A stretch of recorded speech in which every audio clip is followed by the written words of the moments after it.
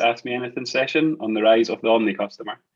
My name is Ali Hill, and I'm a delivery consultant at ECS and also a regular Ask Me Anything session host. This is our eighth Ask Me Anything session this year, and I hope you've enjoyed this series as much as I have.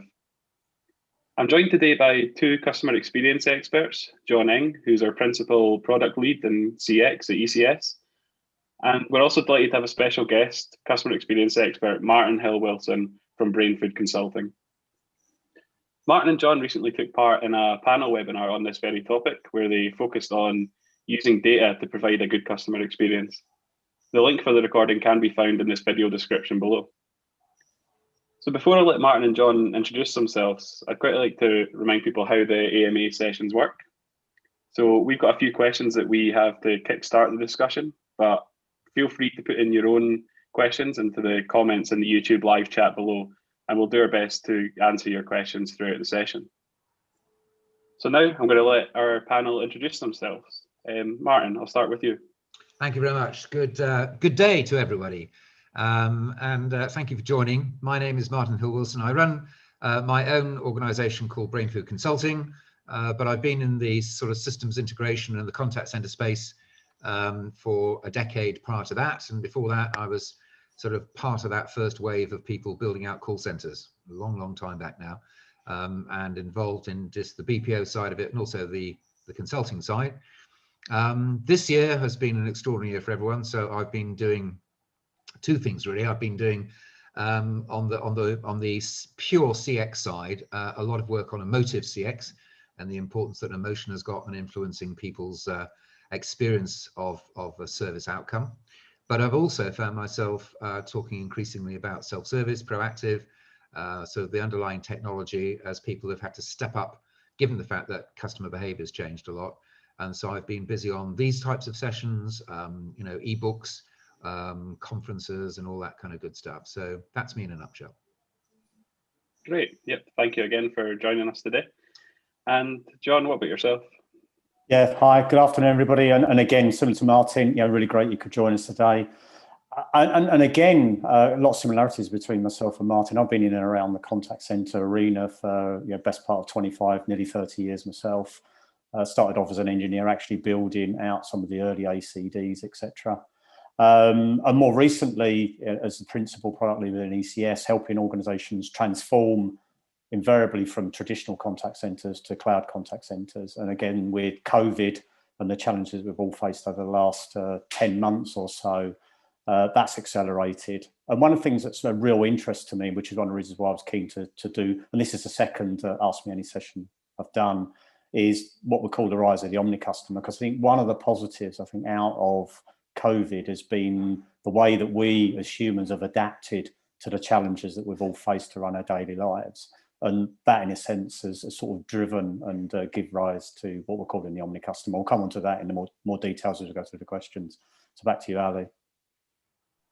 Perfect. Thank you.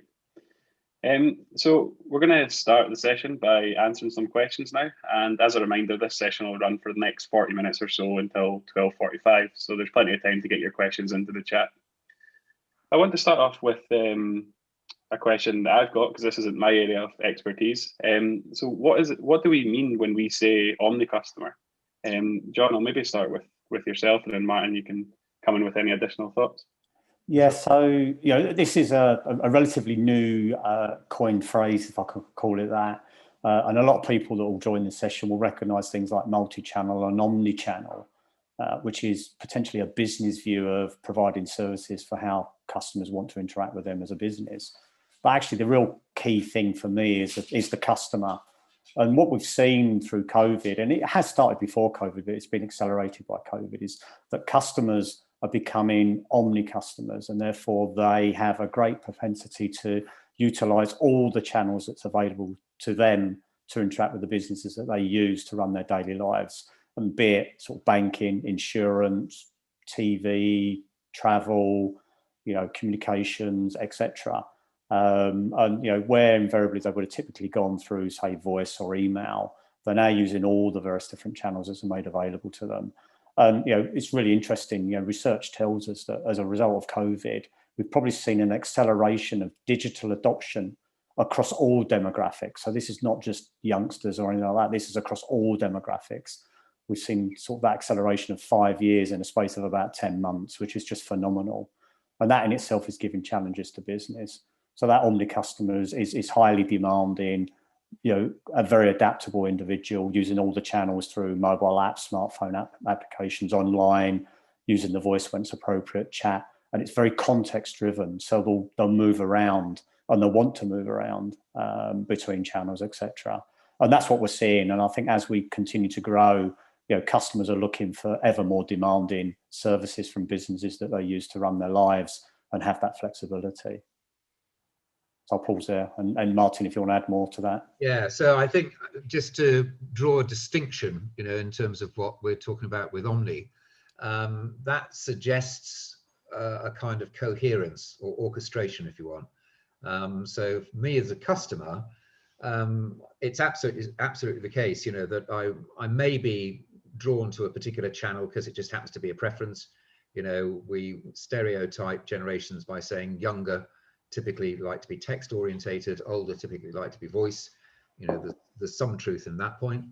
But there's also truth in the fact that circumstance and situation absolutely drive choice. I might find myself without a certain capacity, I might be out of signal, for example. It does happen, in which case I might be forced to do something, or the situation itself demands it.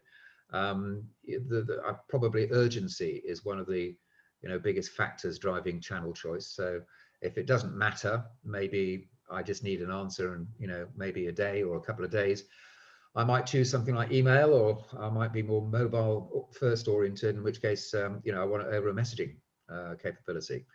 Or it might be that it really is urgent. I'm on a time sensitive situation. It might be something to do with when is this going to happen? When is this going to arrive? I need to deal with this urgently. In which case you're looking to do something like a live channel. It could be chat. It could be even voice. At the end of the day. So circumstance absolutely drives that. But as John says, organizations, I think, in their evolution, haven't stitched those together as well as they need to have done. And certainly from the perspective of spending some time selling it, the contact center industry has not been the richest function in town. And so budgets has always been tight, and people have tended to buy point solutions historically as and when needed. And the point about that is you end up with separate queues and you don't have a deep integration, which tends to mean it's very difficult if a customer decides to flip from one way of doing it to another, that they end up having to repeat themselves. There's no context, which John mentioned, which crosses over between those particular channels, and that's extremely irritating. It's expensive. It ruins the customer experience at the end of the day. And we've now got to a point where we do recognize the fact that customers are exercising their choice between text and voice. Even a bit of video is turning up these days. And if they're going to do that, and if they there's two things: either they intuit that they want to use a certain channel, or increasingly, and we're going to talk about this in a bit, the brand themselves recognizes the best optimum route to that outcome and influences that for the customer. Then you really need to be very fluent behind the scenes orchestrating that. And that roughly means that if I am involved as an advisor, then I want to be able to see all of that movement and that history of interaction on the screen. I don't want to be blindsided and say, can we start from the top again? And from the customer's perspective, again, I don't want any of that irritation. So I want to be able to move those in a way that you have a corporate memory about our interaction, even if that interaction, by the way, is staggered over a number of sessions. It might be we get to the end of the day. Could be that you don't know the answer, you've got to come back to me, in which case, again, it needs to flow in a kind of coherent way. So when we talk about omni-channel as opposed to multi-channel, what we really mean is that there's a coherence to that communication. There is not friction introduced by the need to repeat or start again in any frustrating way. And the knowledge, the history, and just literally the business of changing modalities is as invisible and easy to do as we can possibly make it for the customer. And that is a kind of aspiration that I think most organizations are now waking up to and going, If we don't do that, we've just built more complexity, and we're actually going to find ourselves on the wrong side of offering choice unless we get ourselves to that particular point. So that's a full way of talking about it, but it's there's a whole wrap that goes with that very simple word, omni-channel. No, that's great. So I think both of you touched upon this in your first answer, but what do you see as the future of customer experience or of this omni-channel, and what does the big picture look like for organizations? I think for me, Ali, and I think both myself and Martin mentioned it, is that we as customers will continue to be ever more demanding. So I think that in itself will drive a need and a demand. And I think if you think about where we are today, I think if you go back to the beginning of the pandemic, I think we were very patient with organisations, recognising that they had to sort of really change direction as an impact of COVID. But I think we're now 10 months down the line, and even in conversations, through work or through family and things like that, this has sort of become almost a new normal.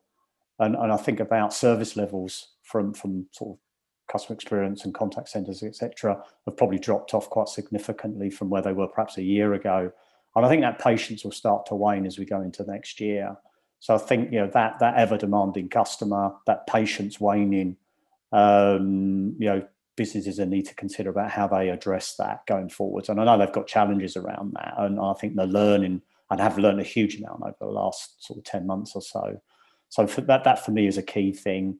And again, having that orchestration that Martin talked about, that needs to be better than it is today.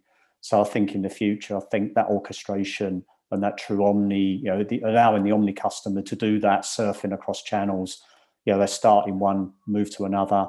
Particularly things like the emergence of video, seeing a huge amount of adoption of video coming to life on the back of this, of where you would typically potentially go to, say, a doctor's surgery, you're now doing that on video.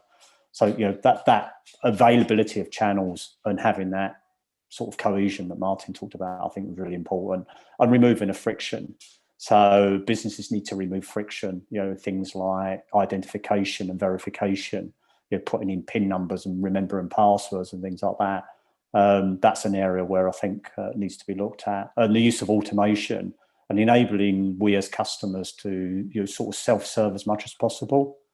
And therefore, on the back of that self-serve, to be able to make that as good as it can be, there needs to be sort of availability of knowledge and information. And how do you surface that information and knowledge both to your customers, but also potentially to any agents or even virtual assistants that might be in play across all the channels. That future for me is managing that demand, improving the service levels, providing that cohesion across all the available channels, taking the friction away, improving automation and self-service. So those are probably key things for me that I would call out at this point. Mm-hmm.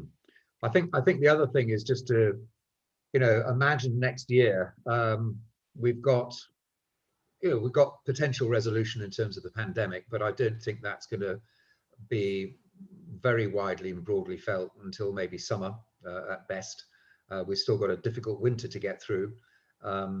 Many people are working in less than ideal conditions at home. It's difficult logistically. So when we want things to happen, using brands, we really have a higher expectation to, emphasize and echo what John's been saying, and we demand that. By the way, I'll introduce one extra thing without deviating too much, and that's called Brexit, which essentially will mean things won't work as well for a period of time. I'm not being political on the point, but we're about to go into a situation where we're changing a whole number of things, particularly around a supply chain. And so as we have moved increasingly digital and online, how those supply chains do and don't work to actually, make stuff available to then finally send across to us is going to be very challenging. So I think one of the things I'd like to highlight is the use of customer information and systems information. So I think being very proactive, information driven is going to be massively, massively important, particularly with the disruption that Brexit could well inflict on people for a given period of time. And it's going to be a round of, where's my stuff? What's the status of? Or, how do I now do this because the rules have changed? And as much of that we can anticipate, so that's proactive, the better. If it's not, then make that very simple through self-service. But essentially, it's I think making sure there is no gap between the customer understanding what's going to happen next and things drifting, and then us being forced to interact with those brands and getting increasingly irritated. And why should I have to, sit in a queue, wait for somebody to then tell me something if that information is sitting on a system and you could have actually, had you thought about it, pushed that out to me at the end of the day.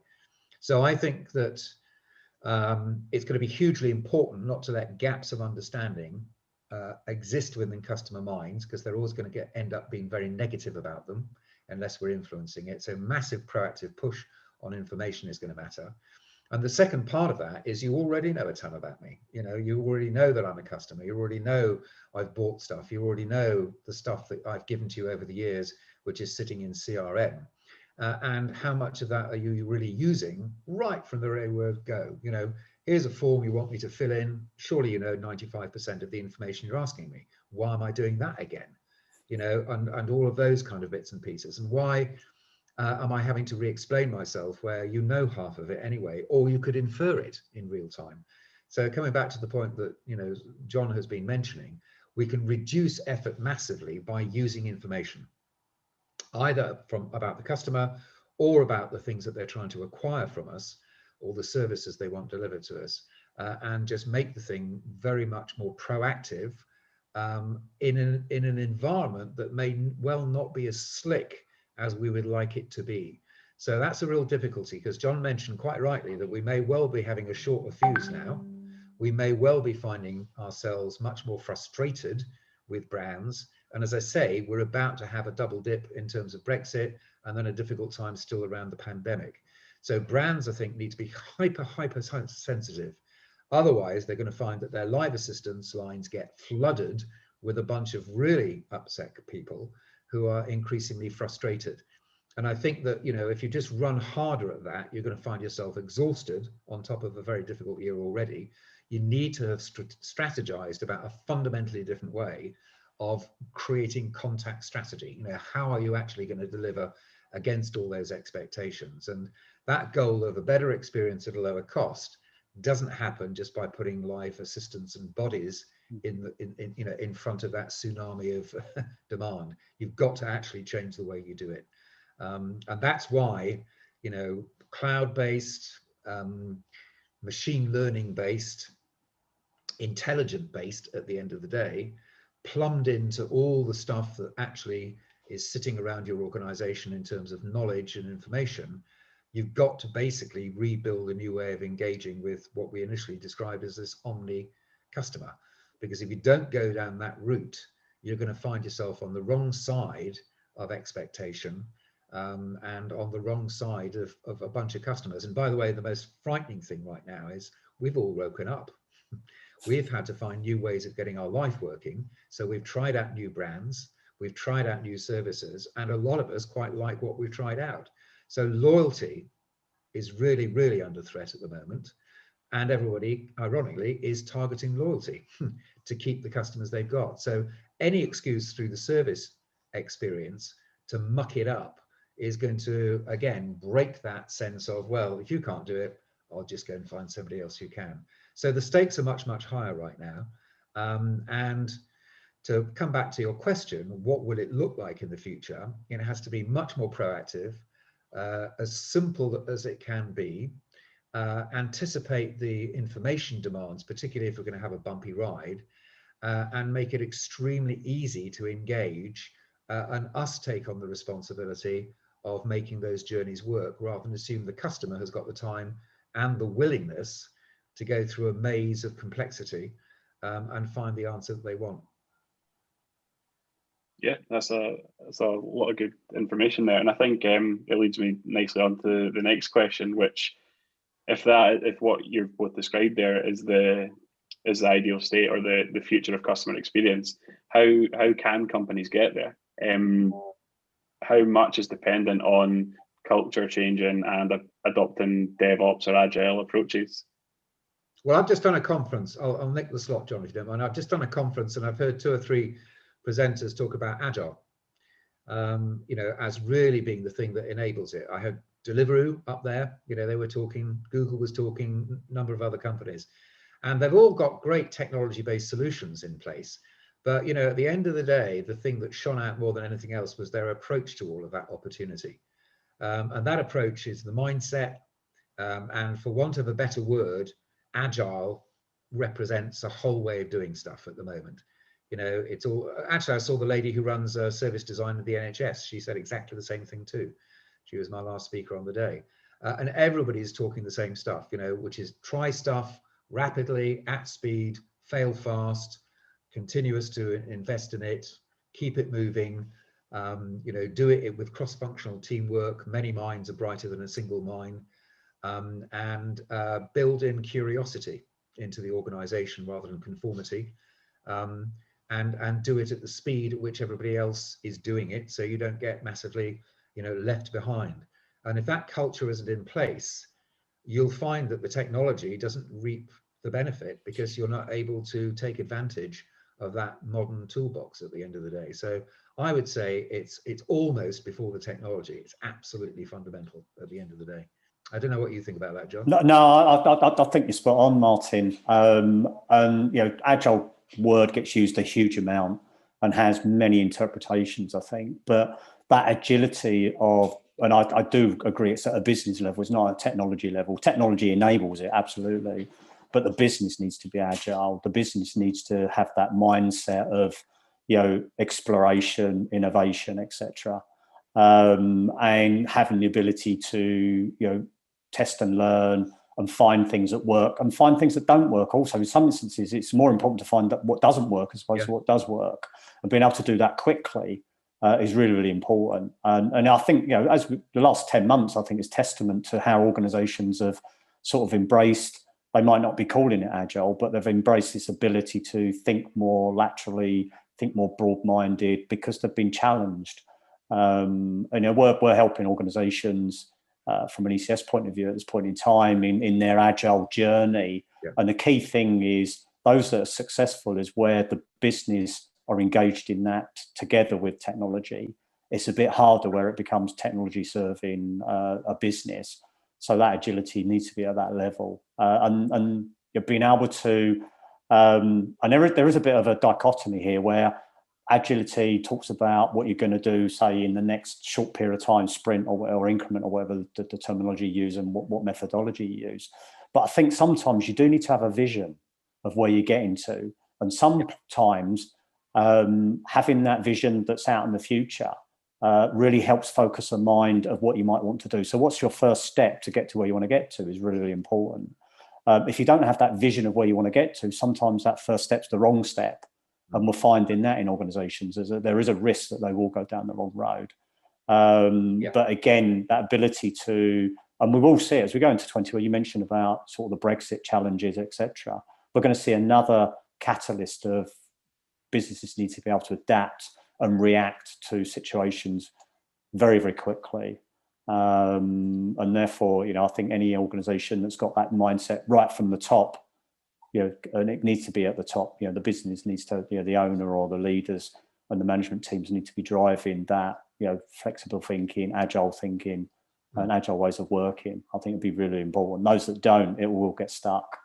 There was a lady I was listening to who was very, very senior in Standard Chartered Bank. She's done lots of transformational work, both there and at MasterCard with, Amex and all the rest of it. So she's very senior and very experienced. And she said an interesting thing about, that North Star approach, saying that, she deliberately finds really top class examples in adjacent marketplaces and holds them up as examples, and then, consciously deconstructs them in order to understand what they've done and how they've done that, and then take those elements and then reapply them to your own situation. And really learn from the very best as far as that's concerned. So setting out that kind of imagination or providing people with that kind of context, I think matters, because again, we learn much better by seeing something in action. I learned years ago that actually not many people enjoy purely abstract conceptual stuff, And you could be looking at a PowerPoint slide, and for you, that little diagram is a complete realized vision. But for other people, they're looking at a number of bits of color and a few shapes on a page. But when you go and take people to see something, they go, oh, wow, now I get it. Now I get it. And so I think bringing things to life as much as you can, representing your future state, I think is a really excellent idea. And the other thing that just came to mind whilst you were talking there, John, is another way of talking about agile is actually making decisions, which is interesting. And Stanford, who runs Deliveroo, he made an interesting point. He said, look, I spent 20 years in Bain, so I saw loads and loads of organizations doing stuff, but really, I think the thing that distinguishes Deliveroo, for me anyway, is that we are best at making decisions. And I thought that was an interesting, newer, more fresh way of talking about agile. It's actually about the ability as a large organization to decide on something and then do it. And I think many organizations find themselves stuck in committee mode, or just pushing the idea around the organization. But it's the speed of execution which comes down to going, I don't know, maybe not, but let's just do it and find out. He said that that's what they've been so good at. And this summer, if you think about Deliveroo and people like that, they had huge opportunities as virtually every single restaurant chain in the world's discovered that they can't do what they used to do, and they've got to use Deliveroo now. He said that they're massive in other adjacent markets like pharmaceuticals, anything basically that you can take to your front door. So they have just not stopped making decisions throughout the whole of the year at the end of the day.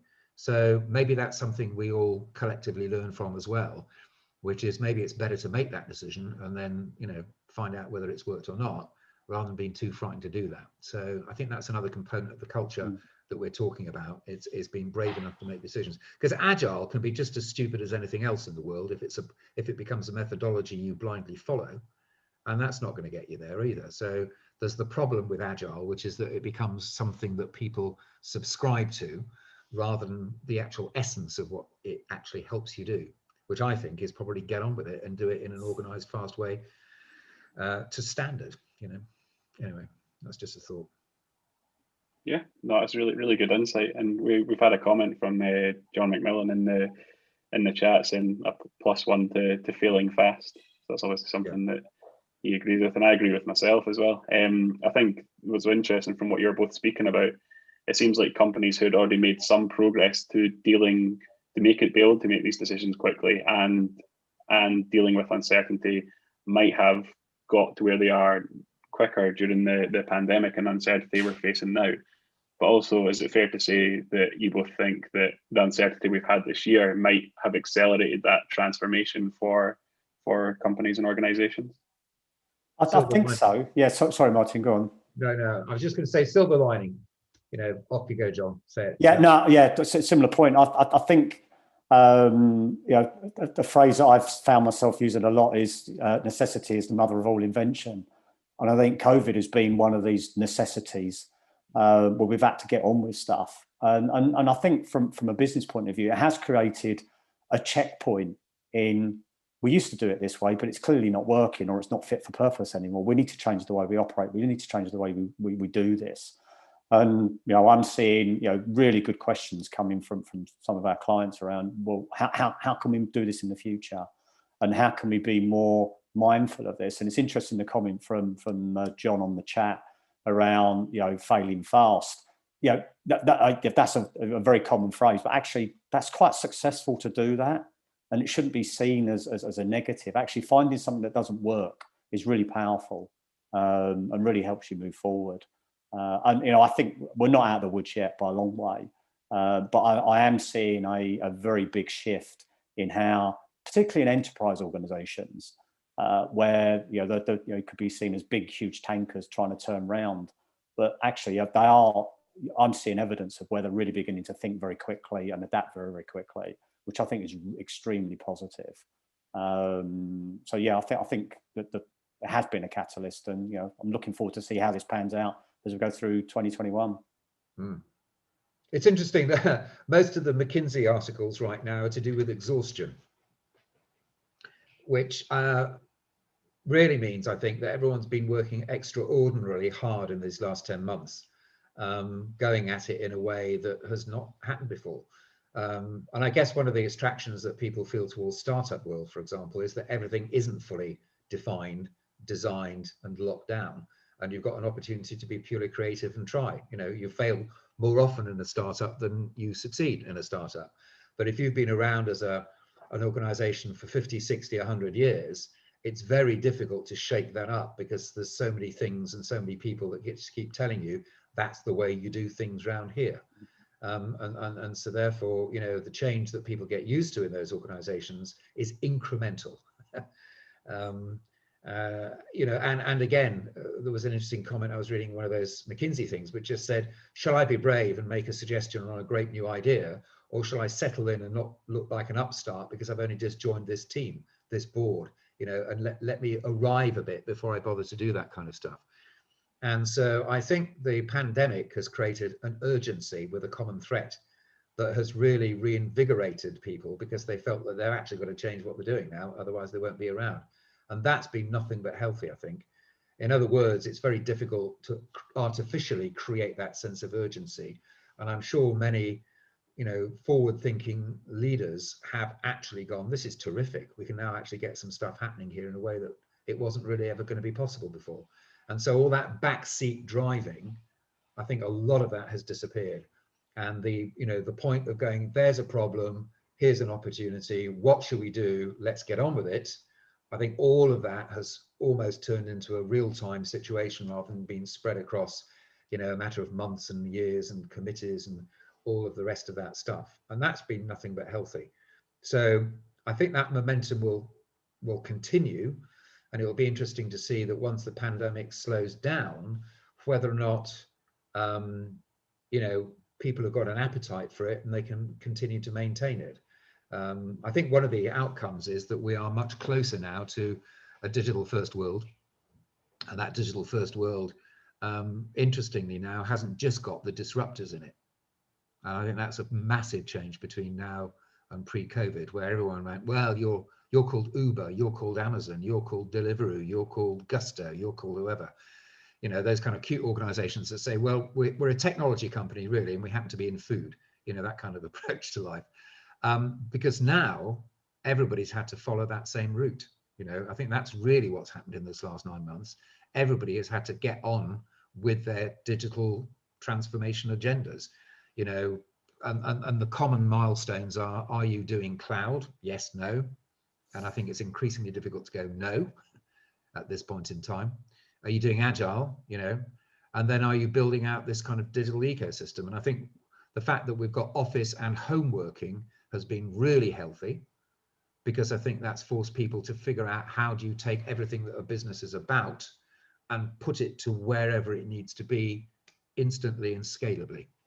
And that's caused all sorts of integration, you know, experimentation.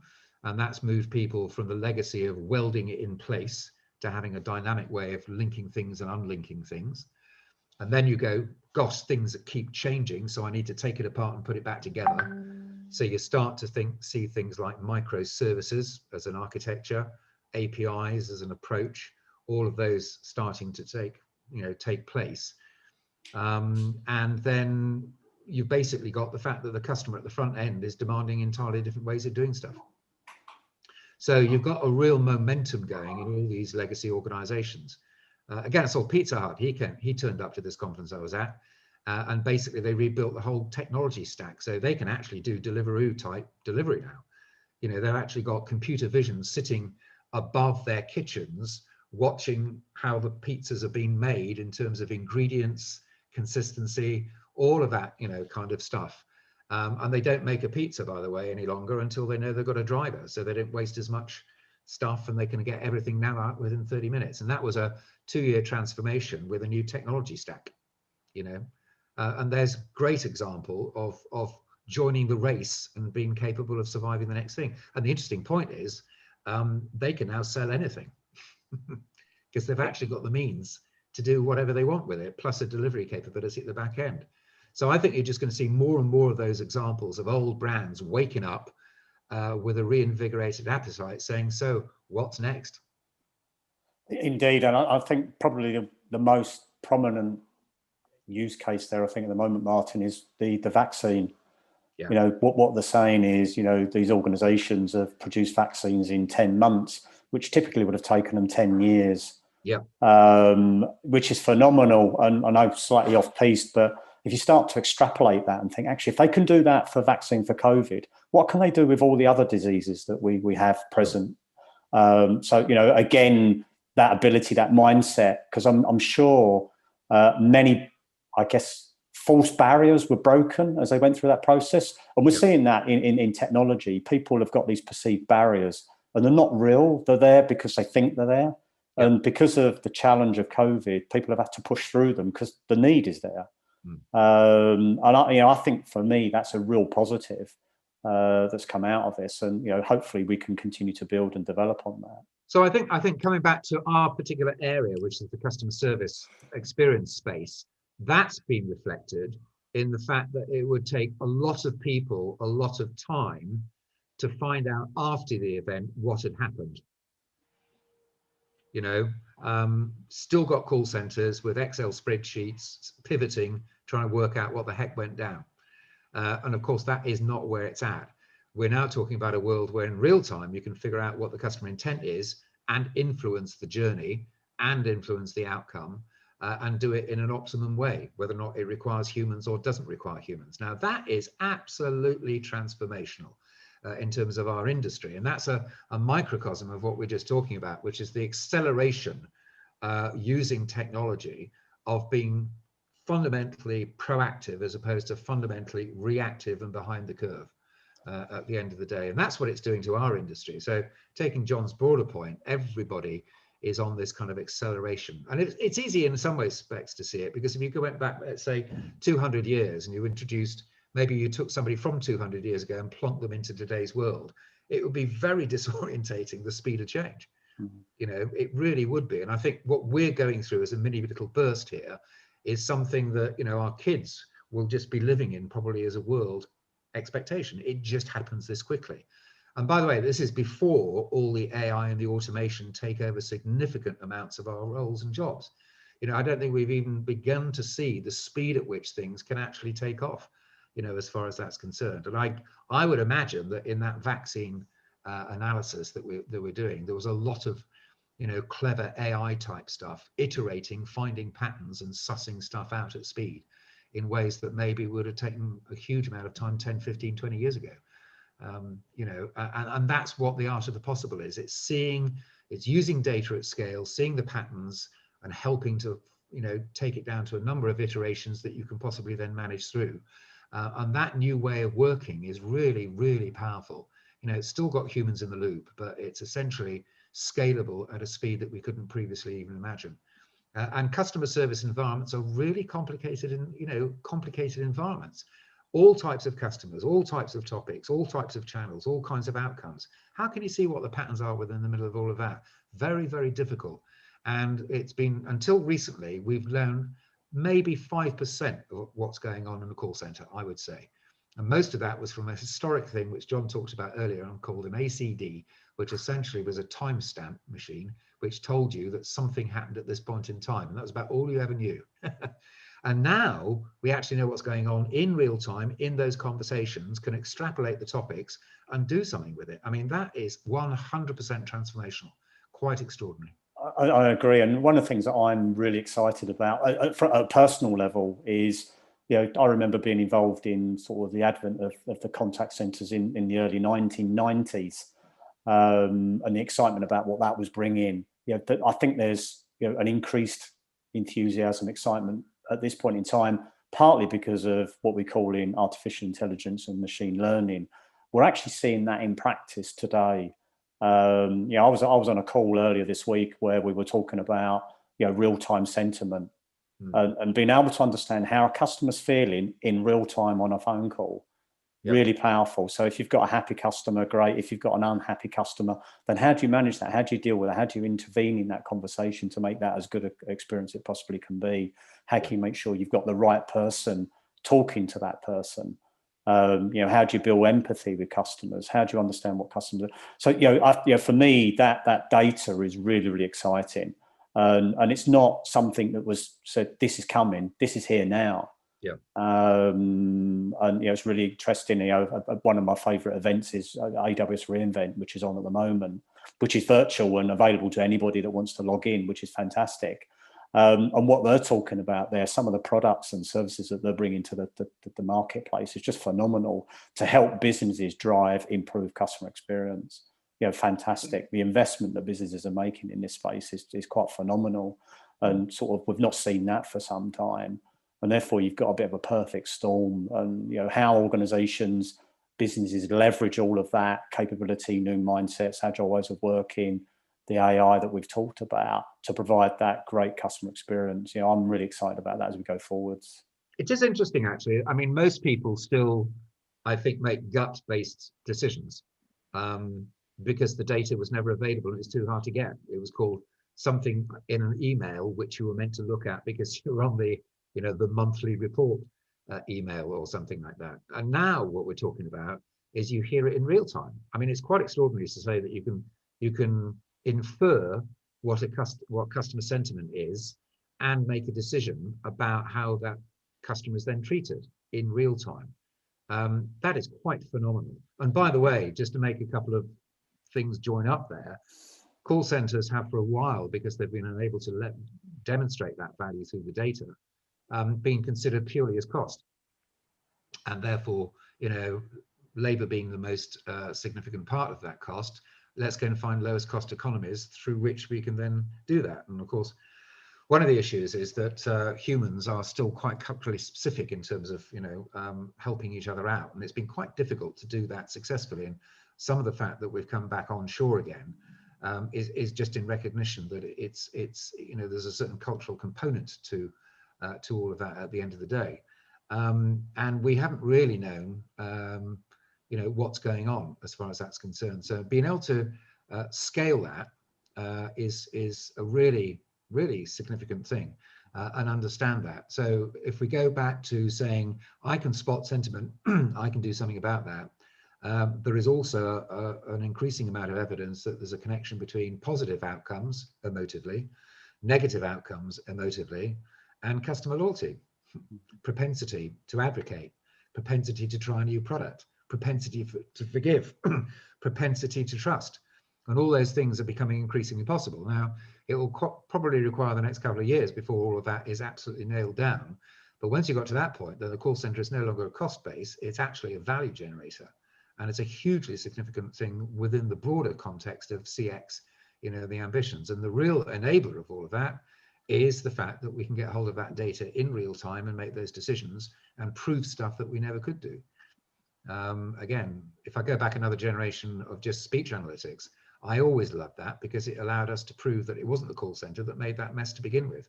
It was all something upstream from another department. But if you went to a quarterly meeting and said it's your mob that have caused that problem, they'd say, okay, prove it. How do you know that? Well, because the agents were saying that this morning. Yeah, well, so what? So you end up as a dustpan and brush at the lowest cost, and that's not a good place to be. And just sort of, I guess, bringing that to a bit of a close and back to where we started the conversation about the Omni Customer. One of the things the Omni Customer does is it leaves a sort of a breadcrumb trail of what they're doing. Yeah. So they are providing businesses with real insight, and if they use that insight, to drive actionable outcomes. So this is not about collecting data for data's sake. It's actually about using the data to generate some insight that then drives action. Is really, really important. So that customer that is using all the channels, is moving between channels, understanding why they choose one over another, will enable businesses to provide a greater customer experience. There's just one last thing on the back of that I've just literally tuned into. I think we had it in our first conversation where Scott was talking, but I've heard it said a couple of times over with people using this generation. It's kind of going click in my head. And I think the big difference on Omnichannel, again, having been involved in talking about strategy, is the assumption was just buy them all, string them together, but then let the customers get on with it. And I think there's in fact another phase that we're beginning to see now, which is organizations are able to use this tech to absolutely influence and recommend to customers which channel or set of channels they should use given that particular outcome. Now that is a hugely different thing. It's like giving them the tour guide and telling them how to get through that maze in a really, effective way.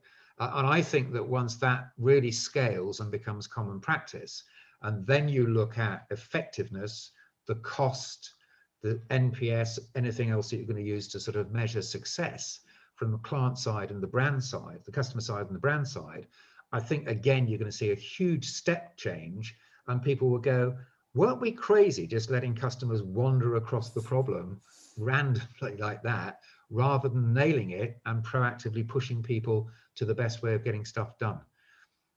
Because again, if you go back to customer research, it's been common for 40 years. Get me there fast, get me there effectively, and that's never changed. And the interesting thing is nobody's really ever solved that problem. We're maybe now at the point where that can really be absolutely resolved satisfactorily and scaled. And that's a whole new chapter, for the call center industry. So taking it to that next level, I think that's what's going to happen in the next 12, 18 months. People have got the foundation of omnichannel, but then they're going to realize they can actually start creating preferred routes through to those outcomes based on all that data that they're going to be able to see and identify. I mean, I talked to a company in the States recently, which does performance, and all it's basically saying is I can find you examples of successful agents doing certain outcomes. And once we know that, we can then look at people who aren't doing it well, and we'll just join the dots and we'll say, we're proactively recommending this best practice. Go and absorb that, and that would not have been possible outside of just team leaders being wise enough to observe stuff and maybe having a chat over lunch, but that's not scalable. So we're in a different world.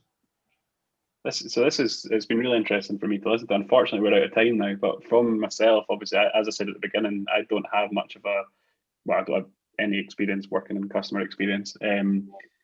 But the similarities between what we're doing, developing products or developing functionality for customers internally, you can draw definite parallels between what's going on, especially around data and analysing data to decide future actions. So yeah, it's been really fascinating to listen to. But yeah, as I said, unfortunately, that's us ran out of time now. But if you are interested in finding out more about Omni Customer, then ECS have published an interactive ebook on the rise of the Omni Customer, and the link for that is in the description below this video. And this recording is going to be made available, so you can come back to this whenever you want, because there's been quite a lot to dissect here. And as well as that link for the interactive ebook, there's also the link for the webinar that Martin and John took part in a couple of weeks ago with a couple of others. So all that's left for me to do today is thank Martin and John for their time today. This has been really fascinating. As I said, you've provided some really brilliant insights, and I was hooked in some of the topics that we discussed. I can't believe it's been 45 minutes since we started this. And also thanks to everyone that joined the stream live and for your comments throughout. As I said, this will be our last AMA session of the year. So I just want to say that I hope you enjoy the rest of your week, the rest of your year, and have a good festive period. Thank you very much. Seasonal greetings. Thank you. Goodbye.